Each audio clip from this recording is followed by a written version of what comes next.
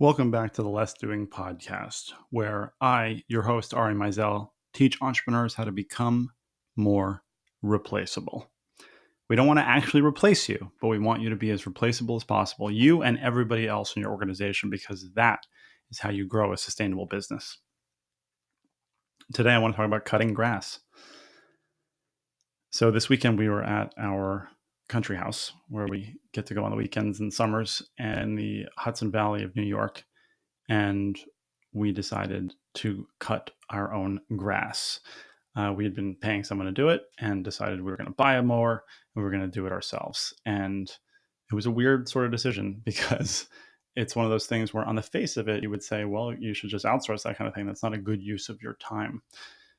But turns out I was wrong. So this was my wife's idea completely, and I was against it from the start. But we went to the store. I went to the Tractor Supply store and bought a ride-on mower. And we brought it back, and it was super easy to use, and it turned out to be really, really fun to cut the lawn, and it looked great, and it was this sort of sense of accomplishment. And there's a couple really interesting things that it kind of evoked for me. So the first one is that there's something really interesting to doing any kind of activity where there's a very clear start and a very clear finish. And if you think about it in your daily life, that doesn't necessarily happen that often.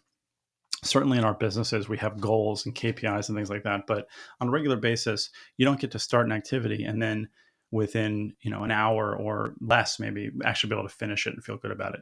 Washing the dishes is actually a really good example of that. And there's research around how washing the dishes is the gateway to mindfulness meditation. There's a start, there's a finish, and there's an accomplishment that happens from that. So cutting the grass is a very, very similar thing. So I think that in itself is a great opportunity to do that for your own psyche. The second one is really one of the tenets of the Less Doing system and the Replaceable Founder, which is that when we look at people in their businesses and the mindset that they take, we say that people that are at the sort of foundational level, the base level, are cogs. They're part of the machine. The machine couldn't run without them. And when you move on beyond that, you get to become the engine. You are the driving force of the business. Now, this is slightly better than being a cog, but it still requires you to be in the seat basically at all times. Once you move beyond that, you become the engineer. Now, that chasm that people jump over is very literally the difference between working in the business versus working on the business. The engineer would be working on the business, and that's a great thing. But we also move on to a level beyond that. It really is the ultimate goal of the Replaceable Founder to have people be in the inventor mindset, which is the top one, where you get ultimate flexibility, ultimate freedom, and ultimate focus. Now, the difference between inventor and engineer is the difference between driving the business forward with your hands versus driving the business forward with your ideas.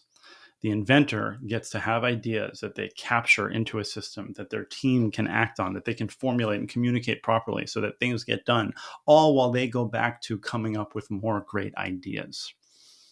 Now, when I was on this mower, mowing the lawn, my hands were occupied, but my mind wasn't. My mind was occupied actually, but with some very, very different things. And I came up with some really cool ideas for content. Not surprisingly, this podcast episode came out of that experience. But I am able, because of the way that the business is set up and because of the way that we teach things, I could capture an idea that could be for our next book. It could be for our next really big project, an event, whatever it might be. And I could capture that no matter where I am and put that through a system that we call the external brain to actually put those things in place. So ultimately, at the end of the day, I'm not doing the manual labor, the things that really could be easily outsourced because I have to. I'm doing them because I can. And I can because my business is driven forward by my ideas, which means that I can be anywhere, anytime, anyhow, and continue to make that happen. And the last point that I want to make is one of the original fundamentals of the Less Doing system, which when I wrote it 8 years ago was really focused on personal productivity. But even then, I talked about setting limits. And if I were going to share one thing with anybody in the world that would make them more productive, and I can only share that one thing, it would be set limits. And oftentimes you want to set artificially restrictive limits. What does that mean? That could mean A very real example that I faced when I was younger, when I went through a health crisis where I had been working 18-hour days and suddenly found myself in a situation where I could barely get an hour of work done in a given day. That kind of restriction means that you don't think about the things that you're going to do. You have to recognize the things that you can't do. But if they still have to get done, then they have to get done by some sort of system, process, or person beyond you. It requires a completely different form of thinking. Limits bring upon you the innovations that you're looking for. While it might sound fun and exciting to have a blank check to grow your business, ultimately that abundance of resources will not lead you to make the best decisions for the sustainability of the company, because you don't have to. If you could live forever, which is not something I would want,